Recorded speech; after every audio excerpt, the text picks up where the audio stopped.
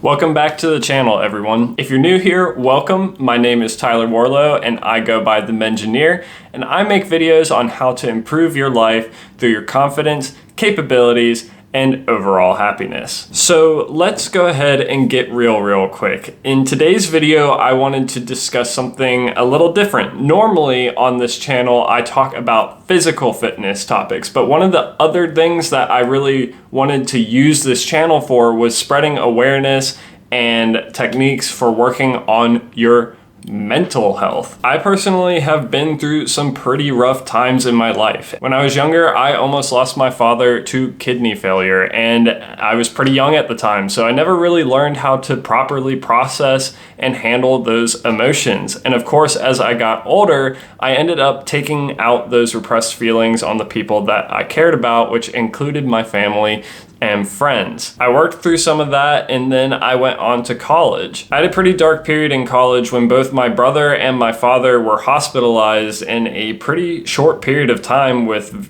pretty serious health concerns. And unfortunately, at the time, I was also going through a lot of doubts and struggling with a lot of feelings concerning whether or not I was even going to finish college. This led me into a really dark path of depression and anxiety to the point where I was having trouble sleeping and eating. And honestly, if it hadn't been for my fiance taking the time to point out how everything was affecting me, I may have still been there to this day. So in today's video, I wanted to talk about some of the things that I personally recommend and have used to work on my mental health to help me get through those really dark periods, as well as times that might just be really stressful and anxiety inducing. So I just want to start this video off by saying, if you notice that you are going through something like depression or anxiety and you're having a really difficult time with this, it is incredibly important that you seek out professional help. Find a form of therapy that works for you. If you're in college, a lot of colleges offer free mental health counseling. That's personally what I took advantage of when I was going through my really dark period in college. A lot of health insurances now offer a few free sessions as well, and a lot of therapists actually take most medical insurances. You are not any lesser of a person for going to therapy. What a lot of people don't realize is that therapy is going to be there to help give you the tools to be able to better handle those emotions and process what you've been feeling. A lot of people weren't effectively taught how to handle and process their emotions effectively by their parents. And as a result, they just kind of repress those things because, especially for men, you're not supposed to feel that. You're not supposed to feel sad. You're not supposed to feel anxious. And as a result, we just keep it all inside, and it just kind of keeps building and building until it reaches a breaking point where you end up in this really dark place.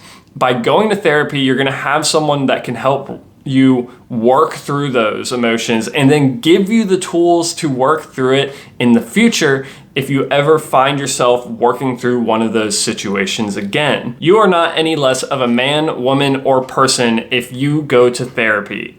The only thing that it can do is potentially help. One thing to keep in mind with this, though, is not every therapist is going to be a perfect fit on your first try. Sometimes you got to approach it a little bit like dating. Therapists have different ways and specialties of treating their patients. And so if you find that your first therapist that you work with, you're not really connecting with very well, and the techniques that they're trying to use to help you aren't really working, you might want to take some time to find another therapist. Don't just quit because the first one isn't good enough. It's just like anything else, you need to find the right fit. So be patient. Take the time, and in the long run, it's going to help. I promise you, and I'm speaking from experience. The next thing that I really recommend for pretty much anyone, and I've spoken on this channel about it many times before, is make sure that you're getting some form of exercise in. Getting your body moving in some form helps your body to kind of reset, and it also helps to release a lot of feel-good chemicals within your own body that can help you to manage stress and anxiety. And the great thing about this is it doesn't really matter what kind of exercise that you do. As long as you are getting out there like 3-4 times a week, you're going to see the benefits, and it's going to really help give you some mental clarity. Personally, for me, I like to do weightlifting because when I go to the gym, I really have to focus on lifting that weight, because if I'm not focusing on it, then there's the possibility that I could injure myself. There's been several times where I'll go to the gym and I'll be feeling really frustrated or anxious about something that has been running through my mind all day. But then I need to put it to the side for a minute and focus for the next hour and a half. And typically after that hour and a half, I realize whatever it was that I was stressing or anxious about really isn't nearly as big of a deal as I was making it out to be in my own head. A lot of times you just kind of got to get that cyclic thought out of your head for you to realize, oh wow, I'm kind of way overthinking this. This is probably not going to be as bad as I think it is. And for me, exercise really helps to do that. So I pretty much recommend this for anyone because it's not only going to help your mental health, but it's also going to help your physical health. One thing I will point out with this is that exercise is not a replacement for actual therapy. If you are struggling with actual depression or anxiety or any other sort of mental health issue, then you need to get that professional help that I already talked about.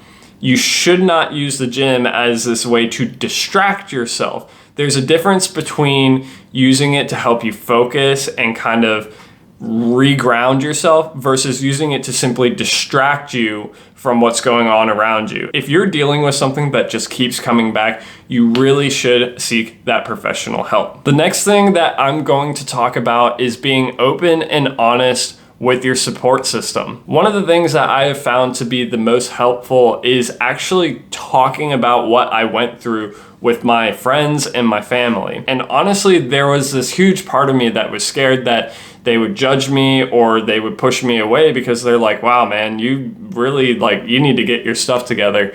But actually what I ended up finding out for the most part is most of my friends were going through their own stuff too. So they could relate to what I was going through. By being more open and discussing it with each other, we were able to kind of talk about these things and work them out together rather than just sitting there stewing in our own issues. By having open and honest discussions with one another, it's also opening that door to future communication. For if you're ever going through a really rough time, you have someone who you know is going to actually be there for you, and not just someone who's going to be like, whoa, man, okay, this is a lot. Yes, I'm your friend, but this is a little much for me. Your friends and your family can't truly be there for you if you're not honest with them about what you're going through.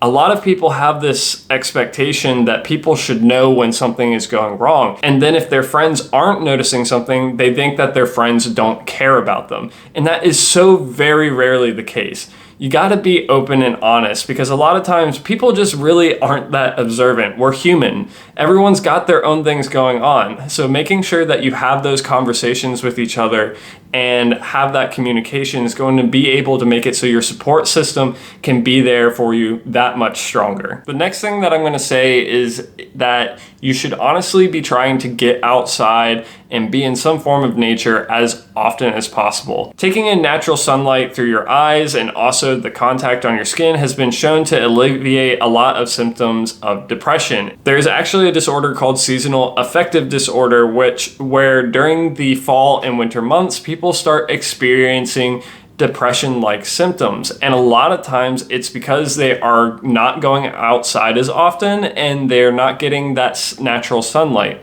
So a pretty common treatment that happens is that doctors will give people a special type of mirror with a light on it and tell their patients to sit in front of this light for 10 to 15 minutes. And just getting that light helps to improve those symptoms. So if you're finding that you're kind of feeling blue and down, I would really recommend trying to get outside and have natural sunlight as often as you possibly can. It really can do a lot and helps you just feel better. Now, this last one that I'm going to talk about isn't going to work for everyone, but I personally used it and I think it's really helpful. I don't still use it because I don't necessarily feel the need to use it anymore, but that's going to be journaling. I really recommend journaling for a couple different things. First off, you can have journaling for gratitude. You can write down something that you're thankful for that you have every single day. And that's personally the route that I went.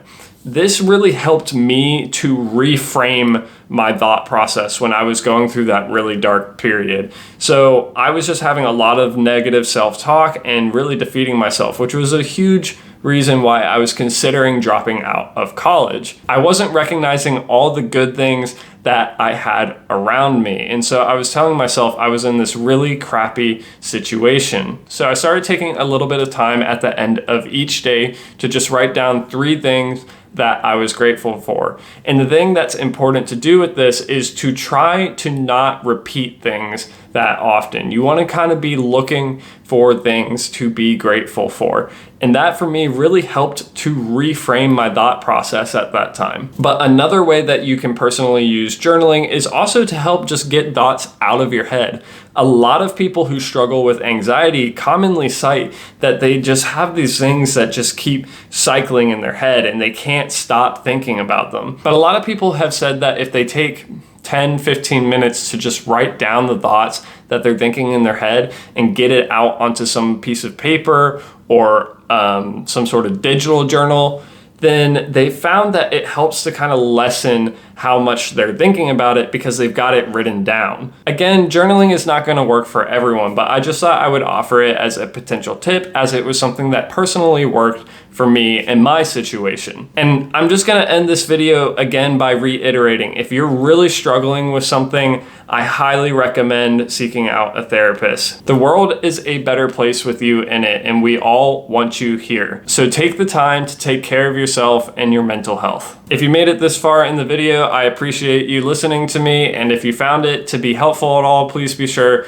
to leave a like and subscribe. I appreciate it so much. It helps the channel to grow and information like this to reach new people. If you have any thoughts or opinions on the information that I shared with y'all, or even videos that you would like to see, please be sure to leave a comment down below. I like to read and respond to as many of them as I can. But if you're interested in other videos where I talk about health related topics, be sure to check out this video right here. But if you're more interested in my most recent videos, be sure to check out this video right here. But in the meantime, this is the Mengineer, signing off.